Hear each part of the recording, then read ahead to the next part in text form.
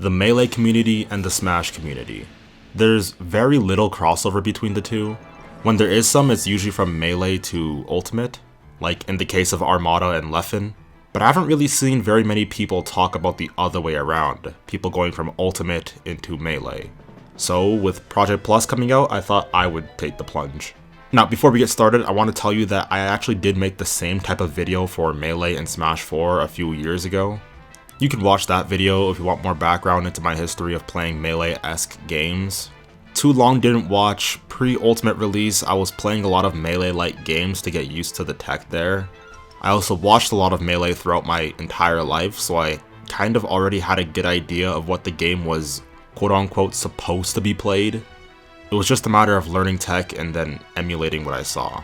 With this video being about Project Plus and with me already having some experience in Melee, I want to focus more on the different ways the games are played as opposed to tech, which I covered exhaustively in my other video. Before we start, I think it's important to explain just how good I was at the game because that may affect your experience. I would consider myself a slightly above average player. I was never formally PR'd in a region. I was only ranked inside of my university, and I believe I was 3rd. Although it was kind of a consensus that I was at least top 2 because I didn't attend very many tournaments. I'm pretty sure I went through just enough tournaments to qualify. In Alberta, I was generally considered like right below the PR level. If I attended more, I might have been considered an honorable mention at some point, but no, I was never on an official PR, although I did beat some PR players. Alright, so on to P+. First of all, the most important thing to mention is who I played. I played as Knuckles. In Smash 4, I played Luigi, and in Ultimate, I played a mix of Sonic and Greninja. This was way less jarring for me from a character attribute standpoint. When I played Melee, I switched from Smash 4 Luigi, one of the floatiest characters, one of the slowest fallers, into Falco, one of the fastest fallers and one of like the most technical and fast characters in the game. You have to have really solid defense options and recovery mix-ups to be successful with Falco, and that's because of how volatile he is off stage. It was extremely jarring for me coming from Smash 4 Luigi, whose recovery and ledge options were relatively free. It's actually harder for Luigi to recover compared to most characters, but compared to Falco, it's a cinch. With Knuckles, recovering is kinda free. His horizontal mobility is just insane. I think his recovery is actually slightly worse than people think it is, just because without the glide, his recovery is extremely nerfed. And getting sniped with any sort of item out of your glide is very common, but I digress. Platform stuff is something I remember struggling in Melee, but with Knuckles it's a lot easier. Not only because the Project M game just feels a lot more forgiving and easier to do tech in. I'm not sure why this is really the case. I'm sure there's a ton of like actual smart people who could explain this much better than I could, but trust me, it does. Knuckles could glide around to circumvent my lack of movement and platform prowess.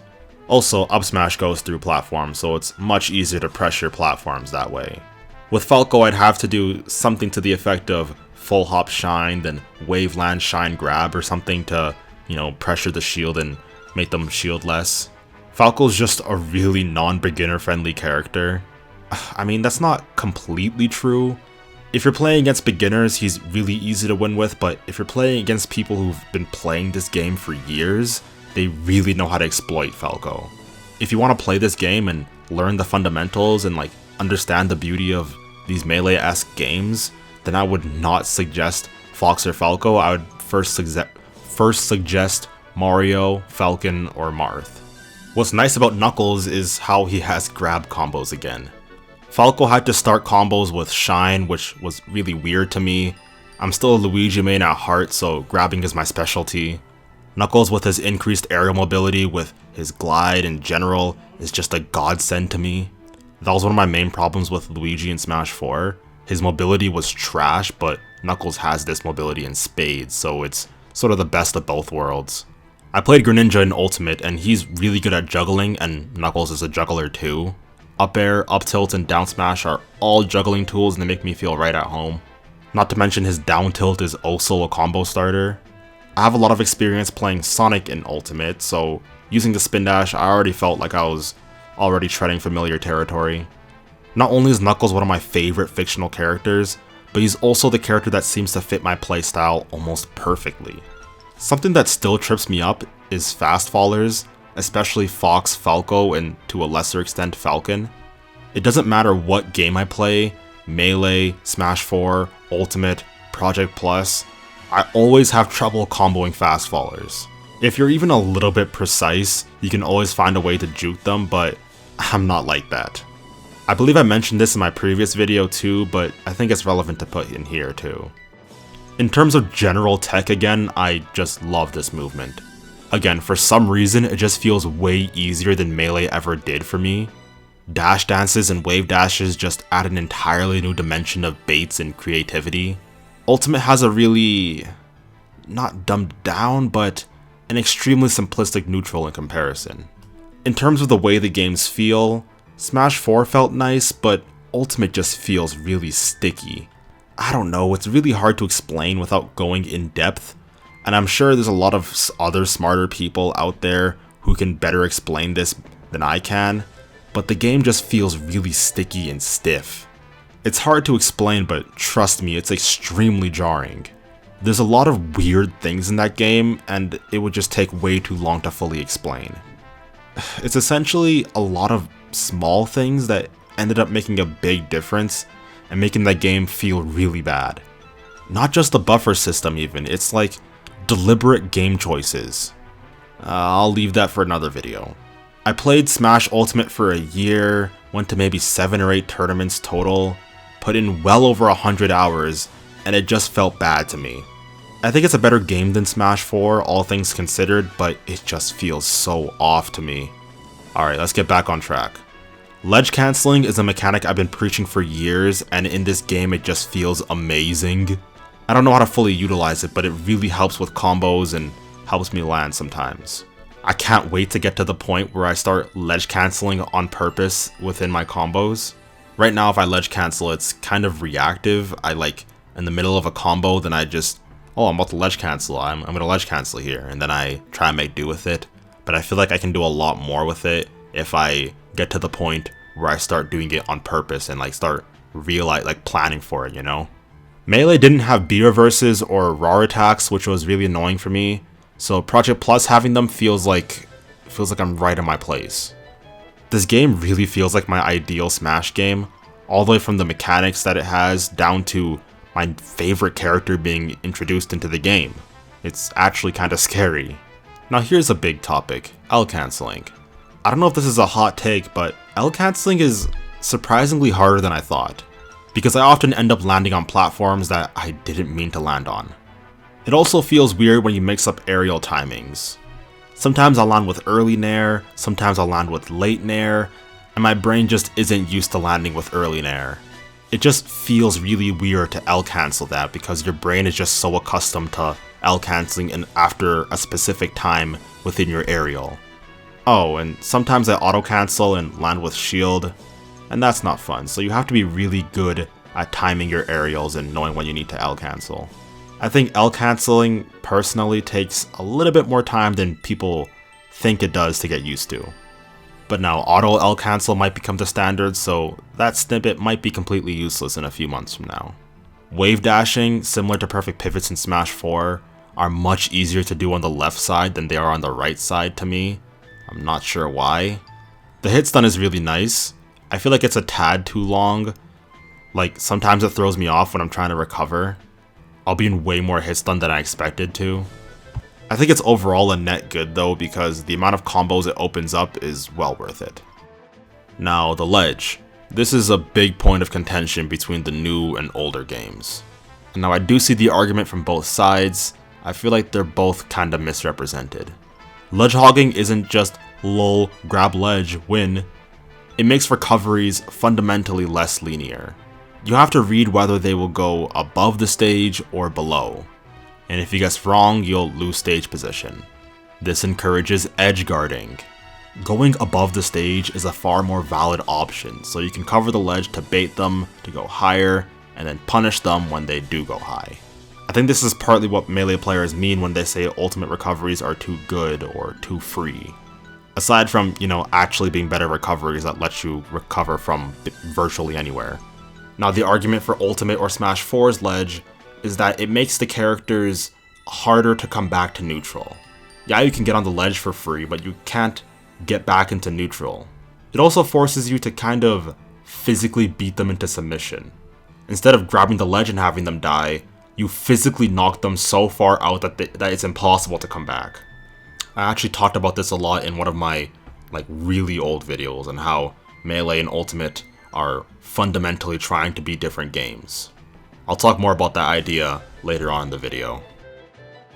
Okay, so I look really comfortable moving around here, and that's again because I played Melee and I was already somewhat accustomed to the tech.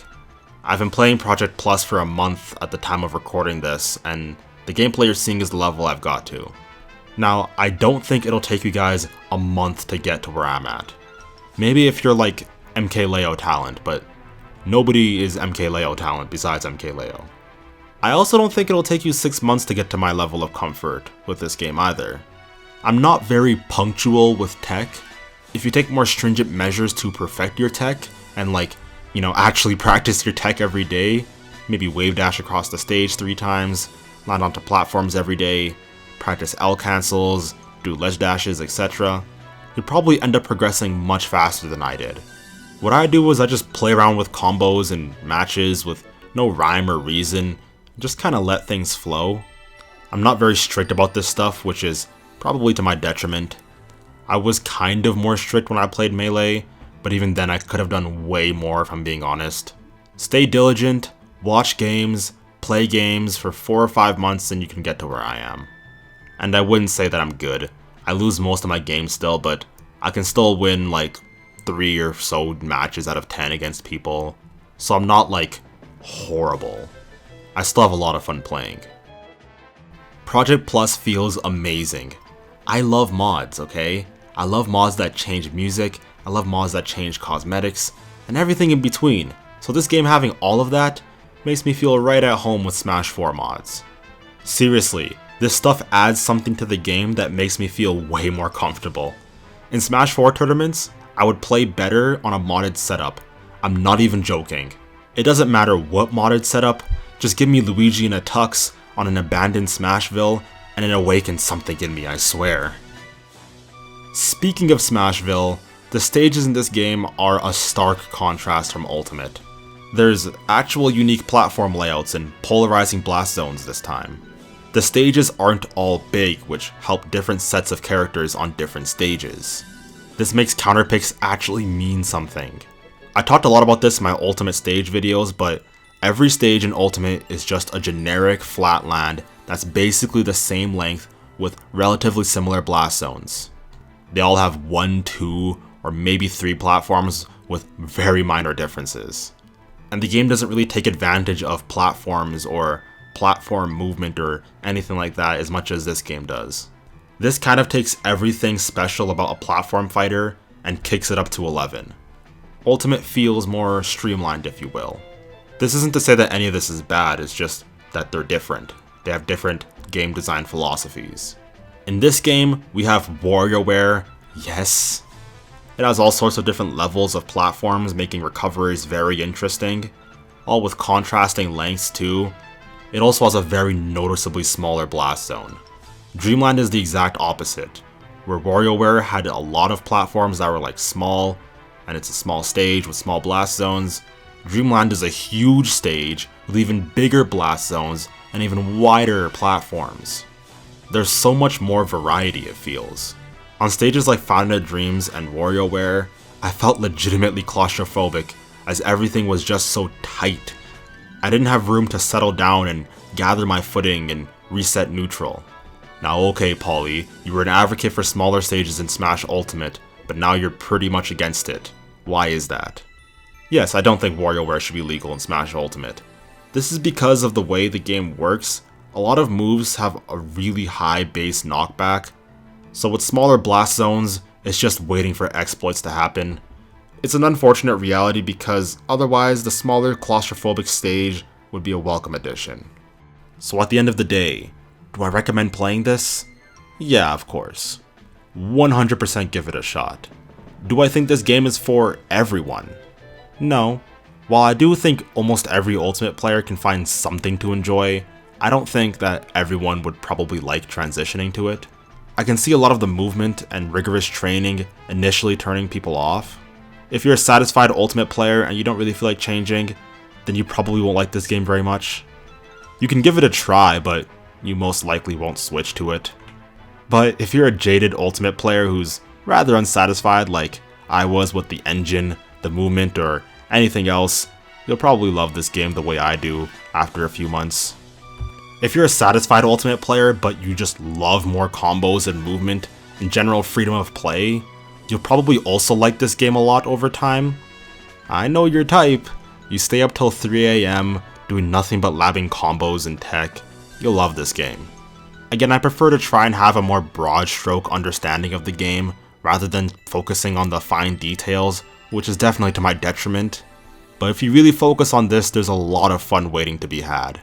Oh yeah, I forgot to mention, but you can also change the controls in this game. So those weird people who say they wouldn't play Melee cause they're one of those no tap jump tilt stick weirdos, we've got that here for you now, so there's literally no excuse not to give this game a go. I would suggest giving this game a solid 3 or 4 months before you really decide to give this game any conclusive thoughts. The game probably won't be fun to begin with. It's fundamentally different from Ultimate.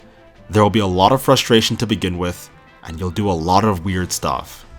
Even today, I still space my aerials really bad and get punished a lot.